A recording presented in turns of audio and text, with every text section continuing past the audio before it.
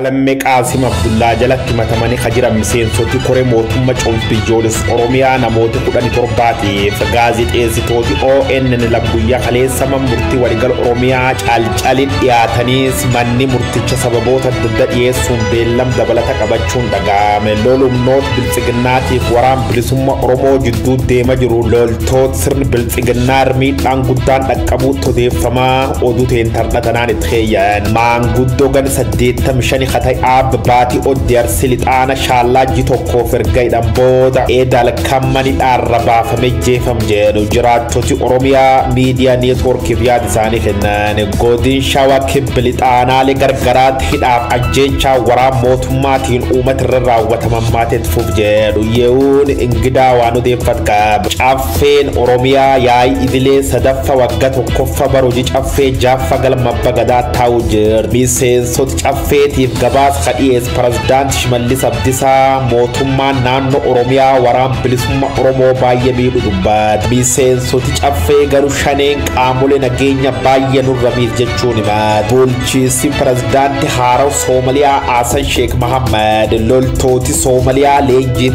Eertiraatti argaman wal waraansi Itoophiyaa keessatti hirmaannee jedha. Abiraam Birruu waan qophees qaba. Hooggantooti paartilee KFO ABO adda bilisummaa biyyaalessa Ogaaden Aarana Tigraay Hibir Itoophiyaa paartii uummata Affaariif kanneen biroo hawaasa dippiloomaasii biyyoota ala waliin dhimma Itoophiyaa irra marii jiru jedhan. Pirezidaantii Raashiyaa Vilaadimiir Puutiin immoo eegi Yuukireen weerarutti keeyyatas marroo lammeessoof biyya alaatti maluun biyyoota lixeejiyaa daawwachuusaa dubbatama. Iraaniif Turkfa daawwatee jedhu waan hedduu jedhame. Xiinxalbal dharmirra qopheeffannee jirra. Adooles 20 roobii barri 2022 guutuun oduu teennattaan dhiyaate.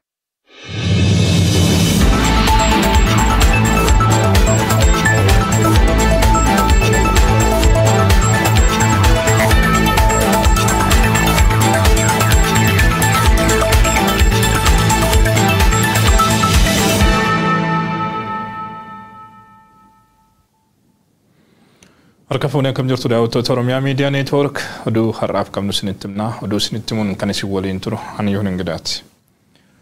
Maanguddoon umurii 85 kan ta'an obbo Baatii Odee Arsii Lixaanaa Shaallaatti ji'a tokkoof erga hidhamanii booda halkan kaleessaa mana hidhaarraa baafamuun haala suukanneessaan ajjeefamuun isaanii dhagahame. Godina Arsii Lixaanaa Shaallaa magaalaa Ajjeetti maanguddoowwan umuriin raagan baay'inaan 6 ol ta'an mana hidhaa keessaa baafamuun bakki buutee isaanii dhabamee jiraachuus himanii jiru. Maddeen keenya guutuun oduu kana itti aanee dhiyaata.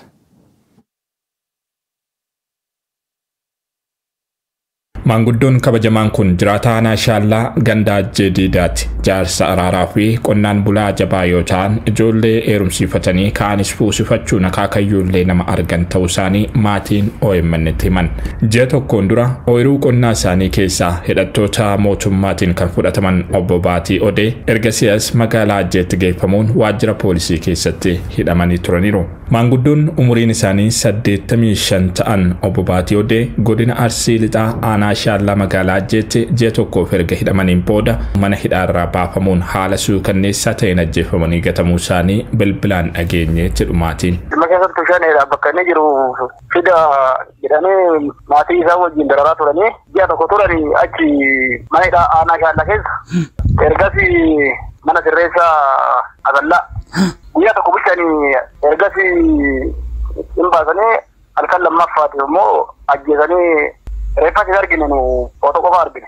Reeffa abbaa keenya argannee awwaallachuuf carraa hin arganne kan jedhan maatiin nama kanaa mana hidhaatii baasanii erga ajjeesaniin booda reeffi akka hin kaaneef milishaan hawaasa naannoo akka tiksu taasifamee ture. Iyyaa fi wawwaannaa hawaasa naannootiin kaafamanii dhumarrattis poolisiin reeffa isaanii fuudhuun bakka nuti hin beeknetti miliqseera jedhu. Obbo Baatii Odee ajjeefamuun dura bakka isaan itti hidhamanitti deddeebi'uun gaafachaa akka turan kan himan maatiin guyyaa gaafa isaan ajjeefaman kana ganamas dhaqanii isaan gaafatanii akka akka turan dubbatu. Halkan sana mana hidhaarraa erga baafamaniin booda konkolaataa poolisii humna addaa Oromiyaatiin fudhatamanii aanaa Shaashamannee keessatti kan argamtu ganda Faajjii Soolee iddoo addaa Laga Meexxii jedhamutti geeffamuun rasaasaan rukutamanii erga ajjeefamaniin booda reeffi isaanii dirree irratti gatamuu maddeen OMN itti himanii jiru. Maanguddoon kun hidhamuun isaanii ji'a tokko ol ta'us mana murtiitti dhiyaatanii kan hin beekne ta'uu fi ijoolleen keessan miseensa waraana bilisummaa Oromooti jedhamuun akka shakkaman maatiin OMN itti himan. Inni matamni himanna ada gaafii tokko malee achi ture. Qaama tokkollee hin gaafanne qaamni namni nu gaafannu illee jiru namni mana aanaan indaallee ribsha jira waan ta'eef namni tokko gaafata illee hin jiru mire.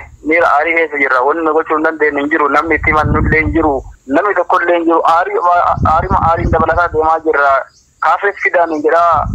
Kaan hidha dararaa haawwatii obboleeyyan keenya indaallee isaanii namni raasaa jira tokkollee hin jirani gara mana hidhaa irra gaggeeffamaa jiran. Obbo Baatii Odee maanguddoon araaraa fi kabajaa kun umurii sooromaa yeroo kabajaan jiraachuun maluufitti yakka gara jabeenyaa akka kanaan ajjeefamanii jiru. Reeffa abbaa keenyaallee argannee awwaallachuu dhabuun hamilee keenya miidheeraa jedhu miseensonni maatii isaanii. Godina Arsii Lixaa aanaa Shaallaa magaalaa Ajjeetti maanguddoowwan umurii irraa gan baay'inaan ja'a ol ta'an waraana bilisummaa Oromootti karaa agarsiiftaniitu jedhamuun ji'a tokkoon dura hidhattoota mootummaatiin qabamanii hidhamanii jiru. Maanguddoota hidhaa jiran kanneen keessaa 4 umuriin isaanii 80 ol wayitaa ta'an maanguddoota 3 adoolessa 18 galgala bakka buutee isaanii dhabne gariin hanga yoonaan argamin jiru jedhu. Maanguddoota kanneeniin alattis namoonni baay'inaan 150 ol ta'an sababa siyaasaatiin hidhamanii kan jiran ta'uu maddeen OMN garasii dubbise ibsanii jiru. Maanguddoonni achuma mana hidhaa ona Shaallaa keessa dhabamanii achi buutee isaa dhabamanii ammallee barbaadaa jiran jiru. Isaanis akka kallee dhaadhatoo fi gammachuu qaabatoo nama umrii 75 warreen ta'anii fi akkasumas nageessoo roobee namni jaldargaggoon kun kan keessatti argamu namoonni 3 kunis dhabamanii jiru. Maanguddoonni Baatii Odee jedhamu kun isaan biraa kan ajjeefamee reeffi isaanii ganda Faajjii Soolee kanatti kan argamedha. Ona Arsii godina Arsii ona Digaluutiijoo keessatti namoonni maqaan isaanii hin beekamne kan fuulli isaanii hin beekamne bakkoota adda addaatti du'aniitiin reeffi isaanii argamaa jiru. Ajjechaan suukanneessaan godina Arsii Lixaa fi Arsii keessatti deemaa jiru torbanii as akkaan hammaachuusaa kan ibsan maddeen odeeffannoo OMN aanaa Digaluu fi Xiijoo ganda Goobaa Leencaa jedhamuttis namoonni mana hidhaa keessaa baafamuun ajjeefamaa jiraachuu himan.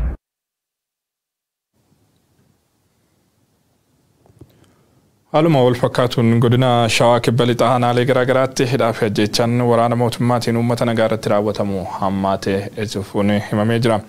Dargaggoonni nagaan qe'ee ofii jiraachuu hin dandeenye waraanni mootummaan garasitti bobbaasu akkanumaan uummata nagaa dararuu itti fufee jira jedhu jiraattonni. Aanaa Wanciitti dargaggoo Shifarraa Jamaanaa jedhamu waraanni mootummaa badii tokko malee manaa qabuun harkaa fi miila hidhanii gara bosonaatti geessuun rashananii gatu. Miseensi maatii OMN garasii dubbisee ibsanii jiru guutuun oduu kanaasitti aanee dhiyaata. Bulchiinsi Abiy Ahmed waraana bilisummaa Oromoo balleessuu qofatu fala ta'aa jechuun rakkoo Oromiyaa waraanaan hiikuu murteeffatee duula waraanaa marsaa biraa Oromiyaa irratti erga labsee torbanoonni lakkaa'amaniiru. Duula waraanaa bifa haaraan labsame kana keessatti ammoo humna naannoo Amaaraa dabalatee waraanni naannolee fi mootummaa federaalaa lakkoofsaan guddaa ta'an gara kutaalee Oromiyaa garaagaraatti bobbaafamanii jiru. Humni waraanaa guddaan gara Oromiyaatti bobbaafame kun yeroo ammaa lola waraana bilisummaa Oromoo waliin taasifamuun olittuu uummata nagaa qe'ee isaa jiraatu dararuu hojii idilee godhatee jiraachuu himu jiraattonni godinaalee Oromiyaa garaagaraatti odeeffannoo nuun ga'an. Iddoowwan dararaan waraana mootummaa kun akkaan itti hammaatee jiru keessaa immoo godinni Shawaa Kibba Lixaa isa tokko. Humni waraanaa guddaan gara aanaalee godina Shawaa Kibba Lixaatti bobbaafame uummata bahaa gala dhorkee dararaa hammaataa irratti raawwataa jiraachuu himu jiraattonni OMN garasii dubbise. Keessumaa aanaalee Wancii, Gooroo, Ammayyaa fi Wolisootti yakki guyyaa guyyaan uummata nagaa irratti raawwatamu hawaasa jiruu dhorkeera. Rakkoon kun keessumaa baadiyyaatti kan hammaatu ta'uu himuun dargaggoon Oromoo nagaan qe'ee ofii jiraachuu hin dandeenye hidhaa ajjechaa fi qe'ee uummataa barbadeessuun gocha guyyuu argaa jirrudha jedhu. Aanaa Wancii ganda Maragaa Abbayyiitti waraanni mootummaa torban sanbata darbee dargaggoo Shifarraa Jamaanaa jedhamu mana maatii isaatii qabuun erga gara mana hidhaatti fudhataniin booda harkaa fi miila walitti hidhanii gara bosonaatti geessuun ajjeesanii gatuu himu miseensi maatii OMN'f yaada kennan. Zamanum gona rekin kati dinyayin mukakka besa mal matiritin narega besan bata darbe ne turbe insan bata darbe mana mamoji ma kabari na rasani ida da gidani na dadi na dadi ne har ka da ni da tai dani ta kawai da sai ko ke da kabari in ma mo jolen ke yarki jolen ke kana ka be sanji an da tayyalani Dargaggoo Shifarraa Jamaanaa nama umuriin 22 dirqamni maatii harka qalleessa jiraachisuu irratti kufee ture jedhu yeroo gochi hammeenyaan guutame kun irratti raawwatamutti badiin namni kun raawwate tokkollee akka hin turre himan qaama hidhate waliin hidhata qabdaa jechuun gochisuu kanneessaan kun kan irratti raawwatame ta'us nama hirmaannaa siyaasaa tokkollee hin qabne ture jedhan miseensi maatii gadda keessa ta'anii haala isaan mudatee jiru nuuf ibsan. Oma balleessaa waa tokkoon qabu haati shitaadha obbolaan lama duudaadha ilmoo dubaraa qabanii warra halkanii biyyaanii waan turtaanidhanii miila qaqqabanii guyyaa gaaf tokko miilli isaan faana oolee hin beeku guyyaa gaaf tokko isaan kattumaa manaa bahee hin beeku haadhaatuma gaffisa haadhaa dhechee haraa. Gochi kun dargaggoo Shifarraa qofarratti kan dhaabbatu hin taane guyyaa guyyaan ol adeemaan Oromoo waraana kanaan rashanamaa jira qeenis nurratti gubamaa jira jedhu jiraattonni gandoota aanaa Wancii mara keessatti namoota nagaa akkanumaan qabanii hidhuu dararuu fi achi buutee dhabamsiisuun itti fufee jira ganda Waraabuu Maasii jedhamurraa namoota 10 caalan ganda Sonqollee Qaaqeetii namoota 20 ol ganda Dullellee Billaacharraa namoonni 15 caalan ganda Leemman Mataa Horaarraa namoonni 20 ganda Diimtuu Godeettiirraa immoo namoonni 15 ol akkanumas ganda Dullellee Qoriirraa namoonni 12 caalan isin seelii waraana bilisummaa Oromooti jedhamuun ukkaanfamanii jiraachuu odeeffannoon garasii nu qaqqabe mul'isa tibbanuma manneen abbootii warraa 5 gubamuus eera odeessi kun waraana Oromiyaa irratti bifa haaraan labsame kanaan wal qabatee waraanni mootummaa haleellaa waraana bilisummaa Oromoo irraa isa mudatuun kasaaraan jabaan irra qaqqabaa jiraachuu kan himan maddeen odeeffannoo OMN waraanni mootummaa kasaaraa isa mudatu kanaaf uummata nagaa irratti haaloo ba'uu hojii godhateeraa jedhu.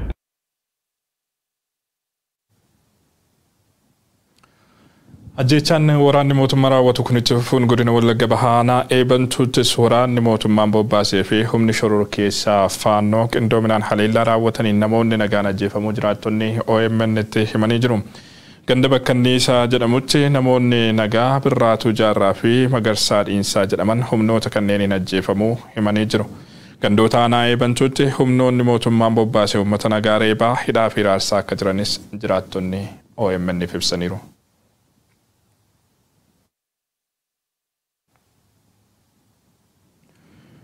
Lola humnoota biltsiginnaa fi waraana bilisummaa Oromoo gidduutti godhamaa jiruun loltoota biltsiginnaa miidhaan guddaan gahaa jiraachuun himamee jira. Loltoonni biltsiginnaa lakkoofsaan baay'ee ta'an waraana bilisummaa Oromootiin booji'amaa jiru. Lola giddu galeessa Oromiyaa jechuunis Shawaa Lixaa, Salaalee fi Shawaa Kibba Lixaatti humnoota lamaan gidduu jiruun humnoonni mootummaan bobbaase miidhaa jabaan irra gahaa jiraachuu odeeffannee jira. Ollaa magaalaa Sulultaa Finfinnee irraa kiiloomeetira 50 irratti kan argamtu ganda Caancoo Qundii dabalatee lolli giddu galeessa Oromiyaa bakka hedduutti waraana bilisummaa Oromoo fi humna biltsiginnaa gidduutti godhamu itti fufee jira.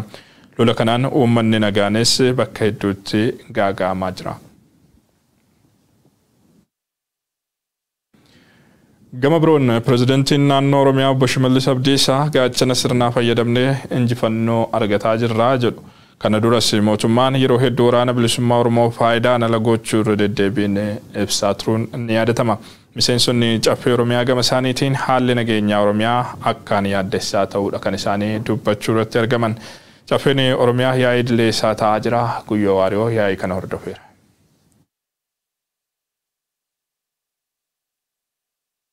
Caffeen Oromiyaa yaa'ii idilee sadeessoo waggaa tokkeessoo barojii caffee jayeessoo mata dura jettuun galma bagadaa adaamaa kortaa'uu jirti. Raawwii hojii bara 2014 hojjetaman jedhan ilaalchisuun miseensi caffee tiibsa kagoota Aafiyaan caffee Oromiyaa Sahaada Abdurrahmaan mootummaan naannoo Oromiyaa qormaata akka kahee ta'ullee hojii uummata keen fayyadama taasisan iddoo hojjetee jedhe. Bara hojii caffee ja'affaa waggaa tokkoffaa kana keessatti qormaatilee uumamaa fi namtolchee nu mudataa turan turan hunda dandamanne qindoomina waloon hojii hojjetamaa tureen injifannoowwan hedduu ta'an galmeessuu dandeenyee jirra. Raawwii hojii bara 2014 hojjetaman jedhan ilaalchisuun miseensa caffee Oromiyaatiif gabaasa kadhiyees pirezidaantii naannichaa Shimallis Abdiisaa hojii gaachan sirna bulaan hojjannee yaali diinota keenya fashaleessuu jira jedhe. Opereeshiniin nageenya olaantummaa seeraa kabachiisuudhaaf qindoomina qaamolee nageenyaatiin taasifameen diina irratti tarkaaffiin jajjaboon fudhatameen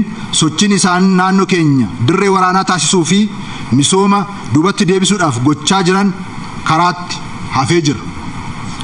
Tarkaaffiiwwan fudhatamaa turaniin fi ammas fudhatamaa jiraniin humni diinaa hedduun rukutamanii jiru. Kaan isaanii booji'amaniiru. Lakkoofsi xiqqaa kan hin taane harka kennatanii jiru. Meeshaalee waraana gosa adda addaas to'atamee jira. Miseensoti caffee hagaafi kaasan hedduun akka gabaasi Shimallis jedha don taane garee waraan bilisummaa Oromootuun hooggantoota isaanii darate caasaalee mootummaa hedduu miidhaa jiraachuuf nageenyi Oromiyaallee yaaddoo ta'uu kaasan. Nageenya kana iddootti deebisuudhaaf xaariin gaggeessameef gatiin itti kaffalame gatii salphaa miti. Kana ituu hin haaliin darbuu qabna. Aarsaa yeroon barbaadu kaffalanii nageenya kana iddootti deebisuu keessatti warra ammasitti arginu jaalleewwan miseensota caffee keenyaa dabalatee warra hambaa du'aa sanarraa afanii nageenya kana itti fufsiisuudhaaf qubirraa citaa wanti garagaraa saamicha yeroo gaggeessamu. Isa xumuraatiif rakkoo nageenyaa kana keessaa ba'uuf ammallee tooftaa jiru hunda fayyadame uummati keenya nagaan bahee nagaan galee akka inni misooma isaa hojjetachuu danda'u. Kanaaf ammallee kallattiin qabamee jiru maal fakkaata waan jedhu kanammoo kabajamoo pirezidaantiin yoo yaadatti nu kennan waan jedhuufi. Dhimmoonni nageenyaa dhimmoota xiyyeeffannoo barbaadudha. Dhimma nageenyaa kana keessaa ba'uudhaan wanti bu'uurarraa rakkoo ta'e maal inni an jedhu akka gaaffitti odoo nu qabame. Dhimma nageenyaan kun nu faana harkifachaa jira. Kanaaf akka mootummaa naannoo Oromiyaatti dhimma kana keessaa ba'uudhaaf wanni akka filannootti taa'ame hin jiru kan jedhu osoo akka gaaffitti qabame. Uummatni keenya nagaan bahee nagaan galuun gahee harki keenya jiru waan ta'eef nagaa naannoo keenya eeggachuuf qe'ee keenya eeggachuuf gaheen nu qabnu olaanaa jechuu barbaada. Hammalee rakkoo qaala'insa jireenyaa ongeef dhimmoota akka dabalatee baajata bara kanaallee ilaalchisuun caffeen tuun itti fufiisaan korgootii jedhu. Garooduwwan birootti wayitaa ceenu ammoo hoogganoonni paartilee miseensa mana marii hawaasa dippiloomaatiikii waliin imbaasii UK'tti mari'achuun ibsame. Hoogganoonni paartilee Koongireesii Federaalistii Oromoo, Adda Bilisummaa Oromoo, Adda Bilisummaa Biyyaalessaa Ogaaden, Arannaa Tigraay, Hibir Itoophiyaa, Paartii Uummataa Afaarii fi kanneen biroon marii kana irratti hirmaatanii jiru. Hawaasa dippiloomaatiikii embaasiiwwan UK, Jarman, Kaanadaa, Deenmaark, Awustiraaliyaa fi kanneen biroo irraa dhufaniif haala Itoophiyaan amma irra jirtu irratti ibsi kennamuu fi OMN odeeffatee jira. Ijoon dubbii marii kanaa marii biyyaalessaa fi egeree Itoophiyaa irratti kan fuulleffate akka tures ibsamee jira. Paartileen kunneen akkaataa biyyattii badiirraa oolchuun danda'amu irratti yaada isaanii cimsanii kan kennan yommuu ta'u, tumsi hawaasa addunyaa murteessaa akka ta'es himanii jiru.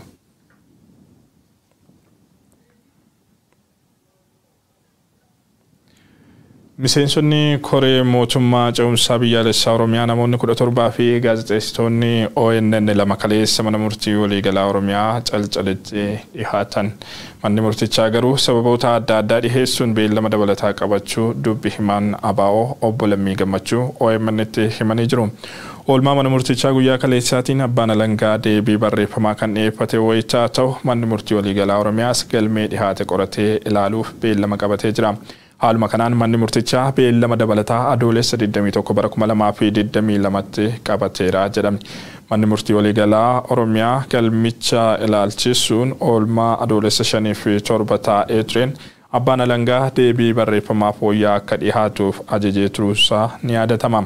Ta'us garuu abbaan alangaa ajajaa mana murtii kana kabajuu dhabuudhaan deebii osoo hin dhiyeeffatin akkasumas isa duraa himata osoo hin fooyyeffatin turus manni murtii jala murtii osoo hin kennin carraa dabalataa abbaa alangaatiif kennaa ture jira. Kanaanis hidhamtoonni siyaasaa kunneen abbaan seeraa akka jijjiiramuuf iyyata dhiyeeffatanis iyyannoon isaanii hin kabajamin akka hafe dubbi himaan ABO obbo Lammii Gammachuu yaadachiisan.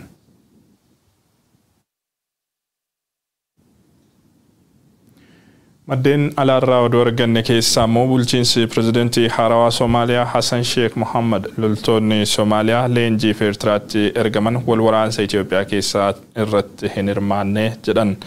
Dhaabbanni mootummoota gamtoomanii fi humnoonni Tigraay loltoonni Soomaaliyaa kunneen shaabiyaadhaan bobbaafamuun waraana Tigraay keessa ture irratti hirmaachuu himanii turan. Mootummaan Hassan Sheekh Mohammad garuu haalee jira. Mootummaan giddugaleessaa Itoophiyaas loltoonni Soomaaliyaa lola kaabaa Itoophiyaa kanarratti hin hirmaanne jechuun haaluusaa Bloomberg yeroo sanatti gabaasee ture.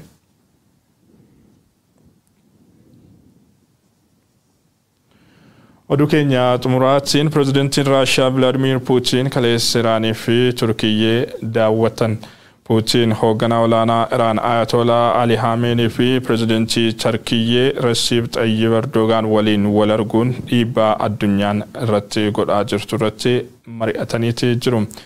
Pirezidentiin Putin erga Yukireenitti weerara jalqabanii asitti marroo lammaffaaf biyya alaatti imaluu isaaniiti jedhamee jira. Gabaasa bal'aa guyyaa waariyoo akka ta'anitu qopheesseera.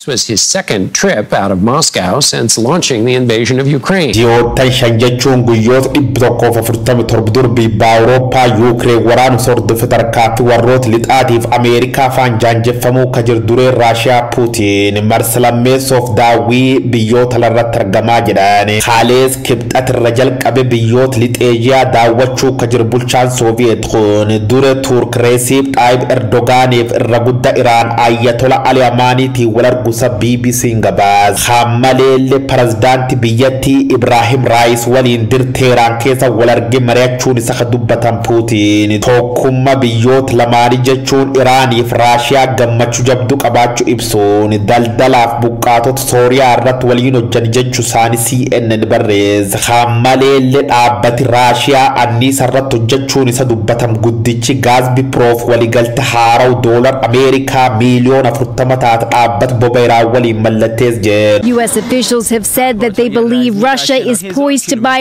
hundreds of drones from Iran. Waraana Raashiyaa Yuukireen irra bantilaalchisuu yaada kakeen fiixeen biyyiraan Ayatollah Ali Khamenei dubbiin laf babal'ifachuu hawarri lixa Mooskoo irra godhuu jira dhaabbachuu qabdi jechuun neetoon labaaree dadhaban. Wanni neetoo jedhaniin kun waan baddu achum Yuukireen keessa goobsan dhaabsisu baannaan Kirimiyaa faalle laf waraana godhuu dandeetti jechuun isa Baayiden fakka mufachiisuun olle sodaatama. Torbaan dabarsan kee loltooti sadheed luusaakaa qabachuu isaanii hordofe Puutiin garee abbootirree kanneen akka Erdoganiif Ayatolaatiin wal arguun isa Yuukireen bifaarawaa weeraruuf shakkiin jettu warri lixa bira dhagaamuu jirti. Waraanni Raashiyaa fi Yuukireen kun amma jalqabe guyyootan 147 irratti argama. Sa'aatii waan 3,528 yookaan daqiiqa waan 211 moliif biddu walti darbachuu jira. Magaalota Yuukireen kanneen akka Mariupoliitiif Severodonetskii faqof keessa namoonni nagaa 20 afaan qabadhumu keevimaad. Raashiyaalleen gamisiitiin loltooti 60,000 lakkaa'amti jala dhumuuf miidhamu waan dhoffachuuf eetin fakkaatu. Buqqaatiin nama muummeen qabdu. Warri lixa Raashiyaa qoqqobbiyyoo jaanjeessu. Mooskoon immoo qamadiif beenzil dhowwatte diinagdee addunyaa shororkeessu irratti argama. Since Russian President Vladimir Putin's troops invaded the country and heavy fighting continues there. Biyya Ayatollah Teheraan shaayii dhuguun Ankaraatti maluun isa dubbatam duree Raashiyaa qooda Ankaraan akka Mooskoo midhaan nyaata keevitti argitu gooteef galatoonfachuusa Aljaziiraan gabaasi. Yuukireen armaan dur Raashiyaa markabi midhaanii tooni miliyoon 20 taakku dhowwuti jechuun himachaa turte. Dhimmi kan ilaalchisu warqan lamaan jechuun Raashiyaa fi Yuukireen jidduu jaarsummaa kateeti turte. Dubbitan milki gaariin xumurusi pirezidaantii Raashiyaa Puutiin ragabeef jira. This evening, Putin said Russia and Iran agreed to implement. Maria Mantan godhamuu jirtu keessatti agumnitiyyaa walti sanaraarsuuf hin hojjaadha. Deebiin Raashiyaalleen akka gaarii taate shakkiin qabxa jedhe Erdogan. Walii galli taanaa yaali Iswiidinii fi Fiinlaand miseensummaa neetoo ta'uuf godhuu jiran tursuuf yaal jechuun Raashiyaaf waada seenee jedhu. Hammaleellee namichi waraan addunyaa qabsiisuun diinagdee biyyoota addunyaa Sooriyaa butuchuu jiruun daawwatamuu ka jiran biyyooti Shi'aaf Suunii Islaama kullamaan Turkiif Iraan wal akeekachiisan jedhu waaraa waggoota baay'eef Sooriyaa keessa godhama jiruun jiddu seentummaa Turkwaan hin feen ka fakkaatteeraan waaraan kan keessa harka galfachuun keessan Turk caala shororkeessitoota fayyadu waan taateef dibbe waraana ta Damasku keessa godhuu jirta dhaab jechuun Resiip Xaayib Erdogaan akeekachiifti jedhu Erdogaan armaan dur hidhattooti Kurdishta mootummaa Sooriyaa loluu jirtu tun shororkeessitoota waan taateef risaa kiyyit erge alphaas jechuun dhaadachaa tuun dubbiin Sooriyaa nagaan furamuu qabdi malee ibiddi armaan booda darbatan bu'a tokkollee hin qabaatu ka jedhu irra guddaan Iraan Ayatolaa Turk Raashiyaaf Sooriyaa dabalanne nagaan fixu yaalla waraan kan keessa akka hin galfatin jechuun Turk akeekachiisee jedhan. Head of an operation targeting Kurdish forces of the YPG group. Walumaa galatti oduun irraaf qabnu kanneen turan daawwattoota Oromiyaa Miidiyaa Neetwoork waan waliin turtaniif galatooma.